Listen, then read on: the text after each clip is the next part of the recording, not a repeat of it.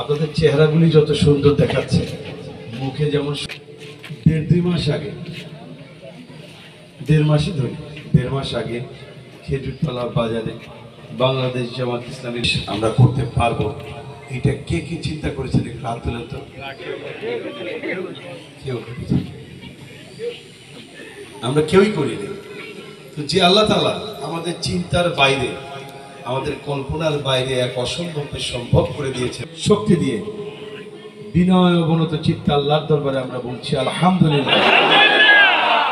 কারণ বারবার কেন আলহামদুলিল্লাহ বলবো? আমাদের মনের মতো একটা সরকার কি এখনো পেয়েছে?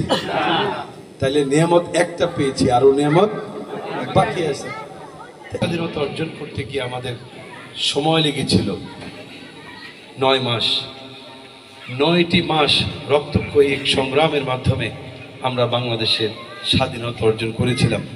কিন্তু স্বাধীনতা অর্জনের যে লক্ষ্য এবং উদ্দেশ্য ছিল, আমাদেরকে এখনো ভোটের অধিকার আদায়ের জন্য, ভাতের অধিকার আদায়ের জন্য, আমাদের বাক স্বাধীনতার জন্য, আমাদের ইসলামী তামাদ্দুন ঐতিহ্য রক্ষার জন্য এখনো আমাদের আন্দোলন করতে হয়। 1971 সালের সেই মহান স্বাধীনতা অর্জনে আমাদের সময় লেগেছিল 9 মাস, কিন্তু এই দ্বিতীয় স্বাধীনতা অর্জন করতে আমাদের সময় লেগেছিল কতদিন? 17 বছর। তাহলে এই স্বাধীনতা আমাদের জন্য মহামূল্যবান। কিন্তু সরকার এতটুকু সহ্য করতে পারেনি। তারা নির্বিচারে আমাদের সন্তানদের বুকে গুলি চালিয়েছে। 1-2 নয়, এখন 1000-এর উপরে তালিকা প্রকাশ হয়েছে। শুধু তাই নয়, কতটা নির্মম ছিল খুনি শেখ হাসিনা। যখন ছাত্ররা গণভবন ঘেরাও করলো, গণভবন উদ্ধার করলো, জাতীয় সংসদ ভবন গিয়ে যখন উদ্ধার করলো, দেখা গেল পত্রিকার রিপোর্টে আমরা জানতে পারলাম জাতীয় সংসদ ভবনের আশেপাশে, গণভবনের আশেপাশে গণকবর আবিষ্কার করা গেল। কতটা নির্মম ছিল, কত পৈশাচিক ছিল শেখ হাসিনার আন্দোলন দমনের জন্য তার প্রচেষ্টা। প্রিয় ভাইরা, আওয়ামী লীগ 2009 সালের ডিসেম্বর মাসে তারা ক্ষমতায় এসেছিল। ক্ষমতায় আসার পর তারা সর্বপ্রথম যে কাজটি করেছিল সেটি হলো 2010 সালের 22শে ফেব্রুয়ারি ঢাকার পিলখানায় বাংলাদেশের গর্ব, বাংলাদেশের অহংকার সেনাবাহিনীর 57 জন কর্মকর্তাকে ভারতের প্রেসক্রিপশনে, ভারতের নির্দেশে গুলি করে হত্যা করেছিল। পৃথিবীর কোন দেশে যুদ্ধ চলাকালীন সময়েও এত সংখ্যক অফিসার নিহত হয় না। কিন্তু 57 জন সেনা সদস্য হত্যার পর শেখ হাসিনার ভূমিকা কি ছিল? কি ছিল? কেন সেনা সদস্যদের উদ্ধার করার জন্য কমান্ডো অভিযান চালানো হয়নি? কেন ট্যাঙ্ক পাঠানো হয়নি?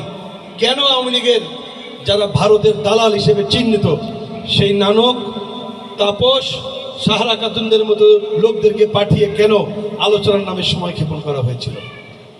এটা প্রমাণিত। আলোচনার নামে সময় ক্ষেপণ করার মধ্য দিয়ে তারা অসংখ্য সেনা সদস্যদের যে হত্যা করা হয়েছিল তাদের লাশ বুড়িগঙ্গায় ফেলে দিয়েছে। এরপর 2013 সালের 28শে ফেব্রুয়ারি পৃথিবীর অগণন মানুষের হৃদয়ের স্পন্দন, কোরআনের পাখি আল্লামা সাঈদীকে মিথ্যা এবং পৃথিবীর নিকৃষ্ট সমস্ত অভিযোগ দিয়ে তাকে ফাঁসির আদেশ দেওয়া হয়েছিল। সেই ফাঁসির আদেশের প্রতিবাদে সারা বাংলাদেশের কোরআন প্রেমিক মানুষ, দেশপ্রেমিক মানুষ বিক্ষোভে ফেটে পড়েছিল। বিক্ষোভরত সেই মানুষের বুকে গুলি করে প্রায় 3 শতাধিক মানুষকে মাত্র 3 দিনের ব্যাপারে হত্যা করেছিল এই হাসিনা। এখানে শেষ নয়, 2013 সালের 5ই মে ঢাকার মতিঝিলের শাপলা চত্বরে যখন বাংলাদেশের শ্রেষ্ঠ সন্তান আলেম সমাজ নাস্তিকদের বিরুদ্ধে, নাস্তিকতার বিরুদ্ধে আন্দোলন করতে গিয়ে ঢাকায় সমবেত হয়েছিল, ইসলাম রক্ষার আন্দোলন করেছিল, নাস্তিকতার বিরুদ্ধে তাদের আন্দোলন ছিল, কিন্তু সেই আন্দোলন শেখ হাসিনা সহ্য করতে পারে নাই। 2013 সালের 5ই মে গভীর রাতে 7:75 শেখ হাসিনা গুলি করে হাজার হাজার আলেমকে হত্যা করেছে।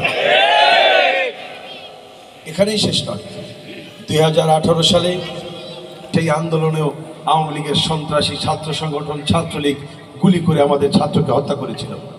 2018 সালে কোটা বিরোধী আন্দোলন হয়েছিল, সেই আন্দোলনেও গুলি করে আমাদেরকে ছাত্রদেরকে হত্যা করেছিল।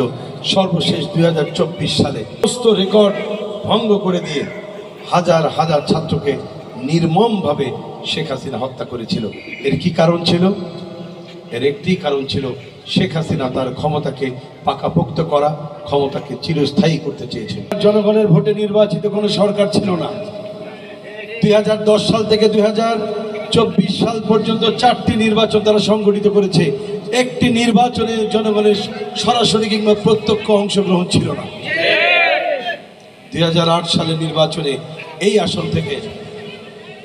আসন থেকে আমার সম্মানিত পিতা তৃতীয়বারের মতো নির্বাচন করেছিলেন। 2008 সালে নির্বাচনে তাকে মাত্র 5000 ভোটের ব্যবধানে ডিজিটাল কারচুপির মাধ্যমে হারিয়ে দেওয়া হয়েছিল। এরপরের ইতিহাস সব আপনাদের জানা। ঢাকায় একজন দরবেশ আছে, নাম জানেন আপনারা?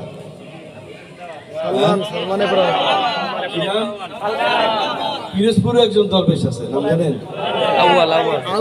এই পিরোজপুরের যে দরবেশ ছিল, সেই দরবেশ তার রাজনৈতিক ময়দান শূন্য করার জন্য তার নেত্রী শেখ হাসিনার নির্দেশে আল্লামা সাঈদীকে রাজনৈতিক ময়দান থেকে, কোরআনের ময়দান থেকে, ইসলামী আন্দোলনের বিস্তীর্ণ ময়দান থেকে সরিয়ে দেওয়ার জন্য ষড়যন্ত্র শুরু করেছিল। তাদের সেই সুপরিকল্পিত ষড়যন্ত্রের অংশ হিসেবেই 2010 সালের 29 জুন আল্লামা সাঈদীকে তারা গ্রেপ্তার করেছিল। অভিযোগ কি এনেছিল? আল্লামা সাঈদী 1971 সালে হিন্দুদের বাড়িঘর আগুন দিয়ে পুড়িয়ে দিয়েছেন। তিনি নাকি হিন্দুদের জোর করে ধর্মান্তরিত করেছেন, তিনি নাকি নারী ধর্ষণ করেছেন, তিনি নাকি অর্থ লুটপাট করেছেন। 1996 সালে তিনি প্রথমবারের মতো জাতীয় সংসদ নির্বাচিত হন। 2001 সালে তিনি দ্বিতীয়বারের মতো জাতীয় সংসদ সদস্য নির্বাচিত হন।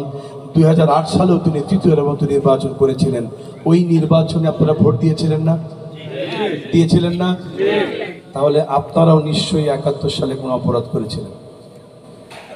কেননা একজন অপরাধী আর একজন অপরাধের পক্ষে সাক্ষ্য দিতে পারে। যদি আপনারা অপরাধ করে না থাকেন, তাহলে আল্লামা সাঈদীও কোনো অপরাধ করে নাই।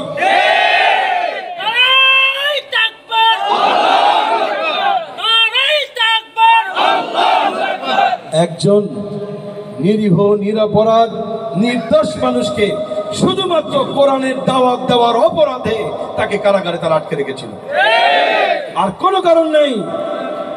আল্লামা সাঈদী নির্দোষ, সেটা শুধু পিরোজপুর নয়, শুধু বাংলাদেশ নয়, সারা পৃথিবীর মানুষ জানে তিনি নির্দোষ। যে কারণে সারা পৃথিবীতে কোরআনের পাখি এই শব্দটুকুন বলে একটি চেহারা ভেসে ওঠে, একজন মানুষের চেহারা ভেসে ওঠে, সেটি আল্লামা সাঈদী।